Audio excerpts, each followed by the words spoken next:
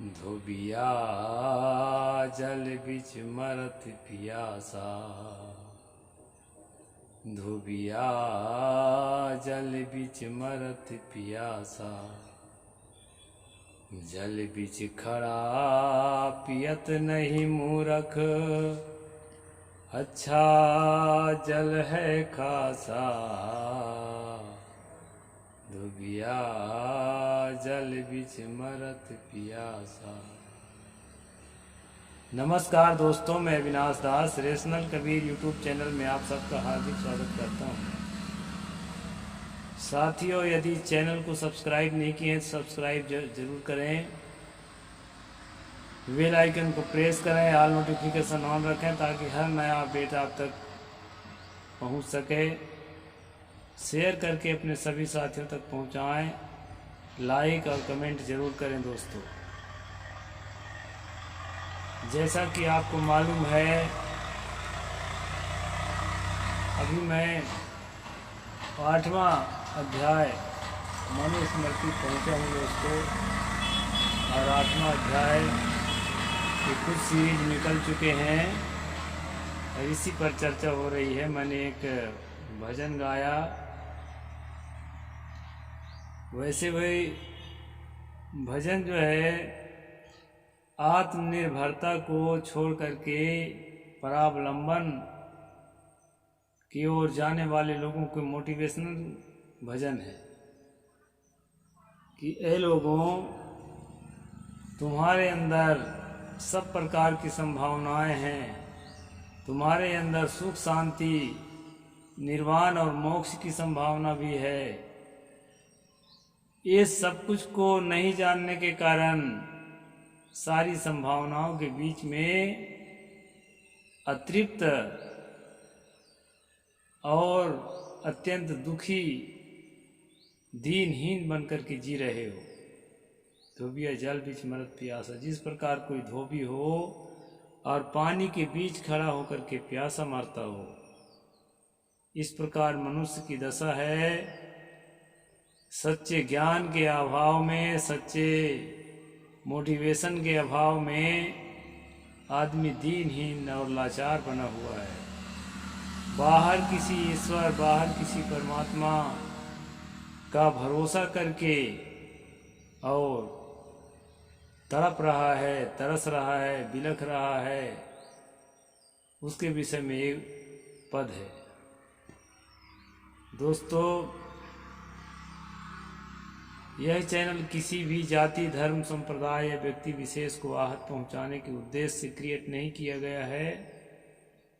इस चैनल का उद्देश्य है जन जागरण, लोगों में अवेयरनेस और साथ साथ जो है वैज्ञानिक चेतना, तार्किक बुद्धि का विकास हो। मनुस्मृति के माध्यम से हम लोगों ने अभी पिछले एपिसोड में जाना था कि अंधे, बहरे, लंगड़े और 70 वर्ष के बूढ़े तथा वेद पाठी ब्राह्मणों आदि का जो है उससे कर न लिया जाए। अंधे लंगड़े लूले से क्या कर लेंगे, वो बेचारे तो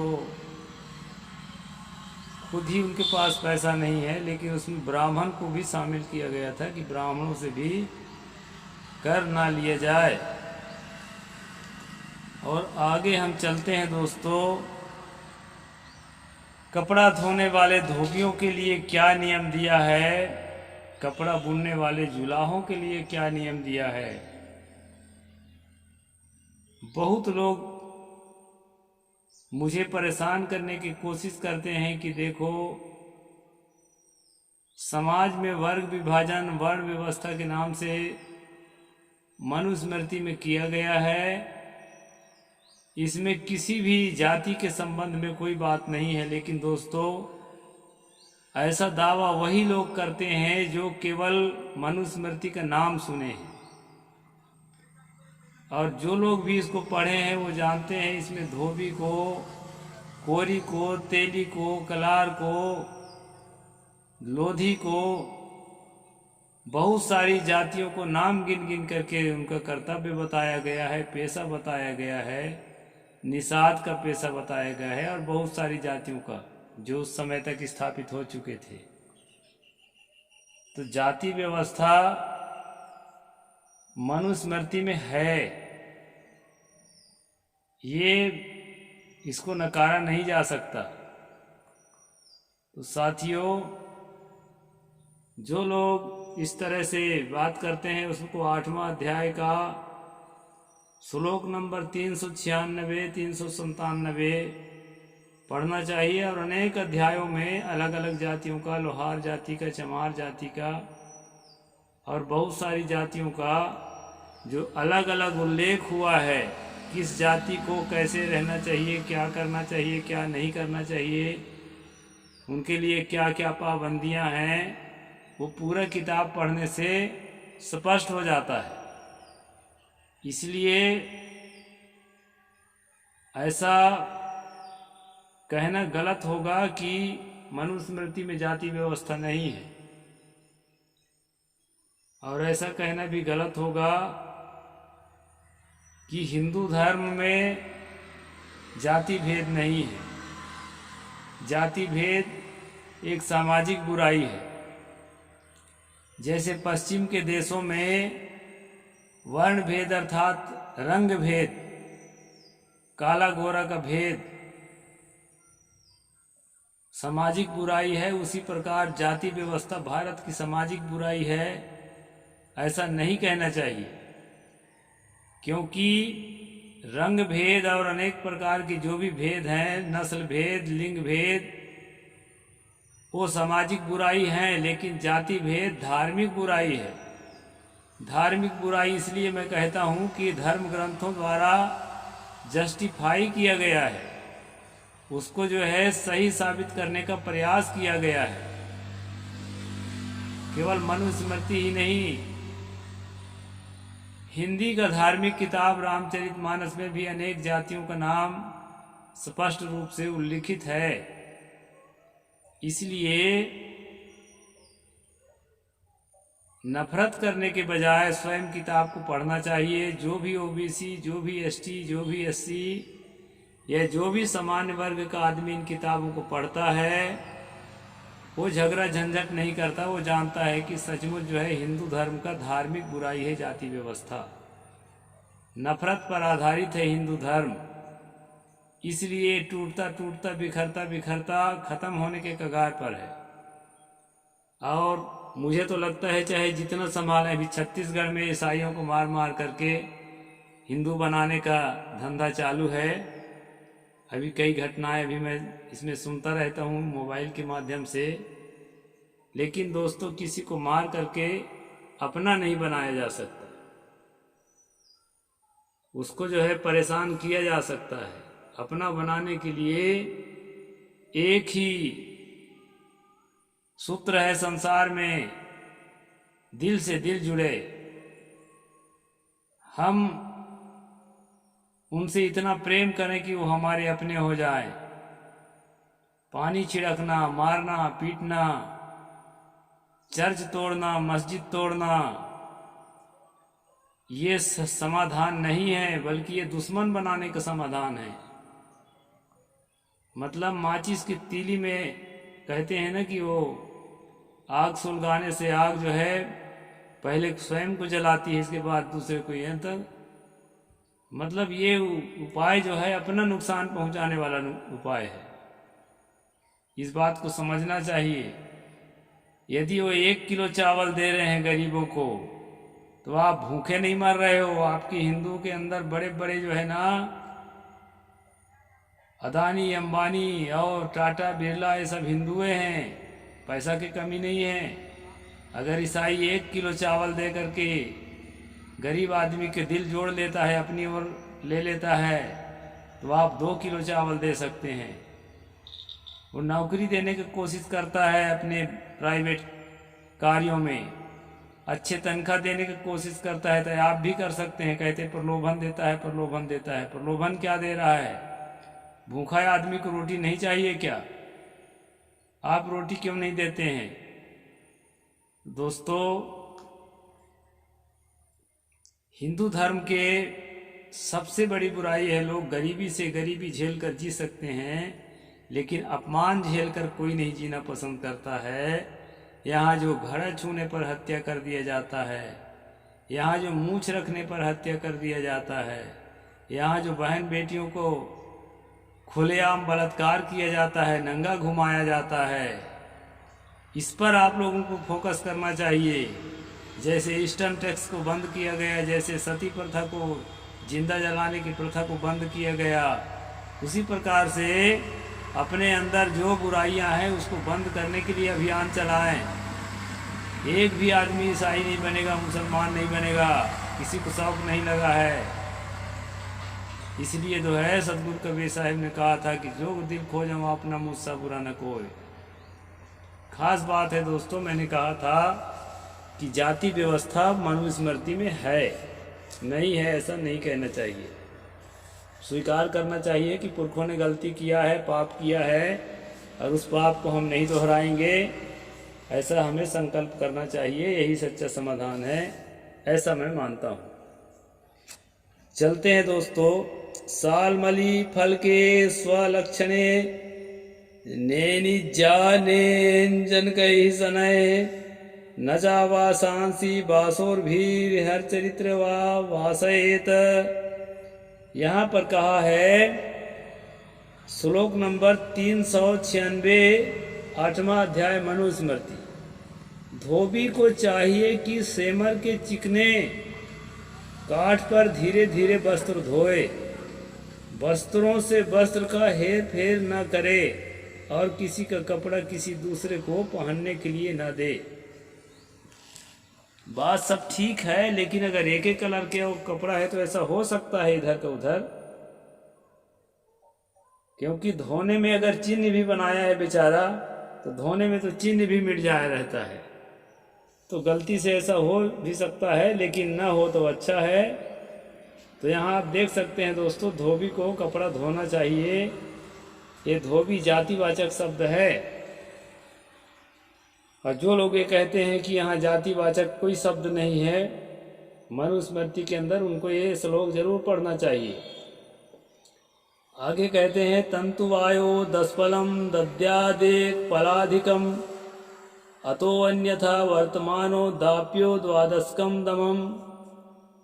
जुलाहा, यहाँ जुलाहा लिखा है, तंतुआय यानी कोरी, कोष्टा देवांगन छत्तीसगढ़ में जो कहते हैं अपने आप को, उनके लिए कहा है कपड़ा बुनने वाला 10 पल सूत लेकर के 1 पल और अधिक 11 पल कपड़ा तौलकर सूत वाले को दे, अन्यथा इससे कम वजन देने पर राजा उसे 12 पण का दंड करे।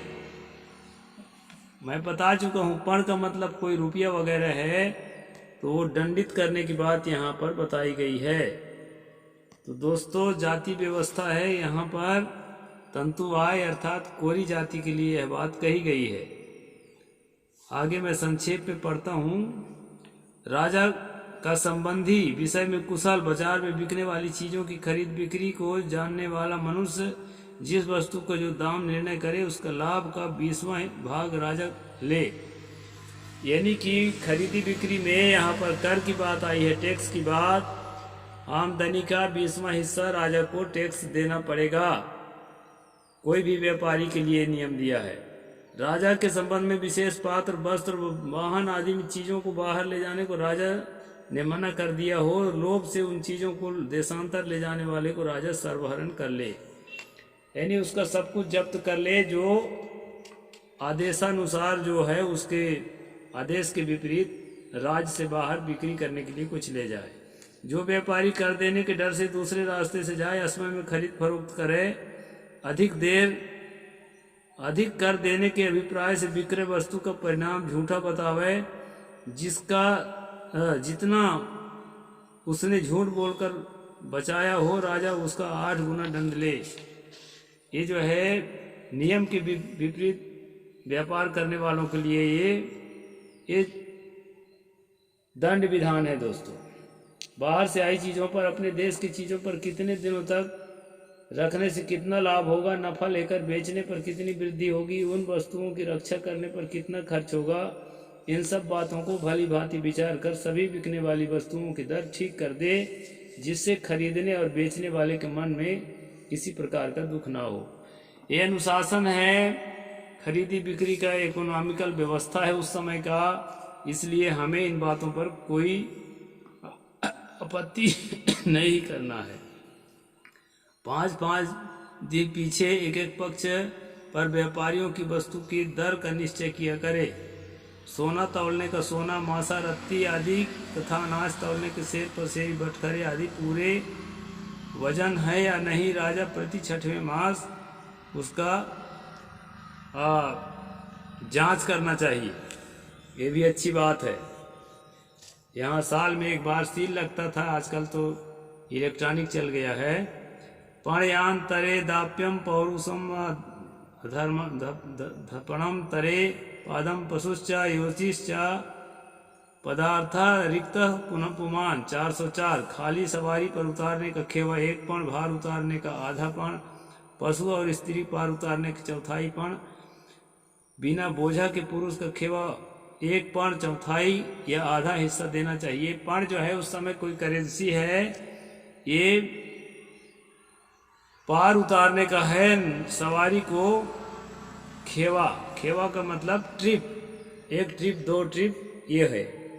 बर्तनों से भरी हुई गाड़ी का खेवा बर्तनों के मूल्य की विवेचना करके देना चाहिए। ये भी गलत है, आज के हिसाब से वजन के हिसाब से लेना चाहिए, ना कि उसके कीमत के हिसाब से। किंतु खाली गाड़ी के छकड़े व दरिद्र मनुष्यों को पार उतारने कम लेना चाहिए। ठीक है।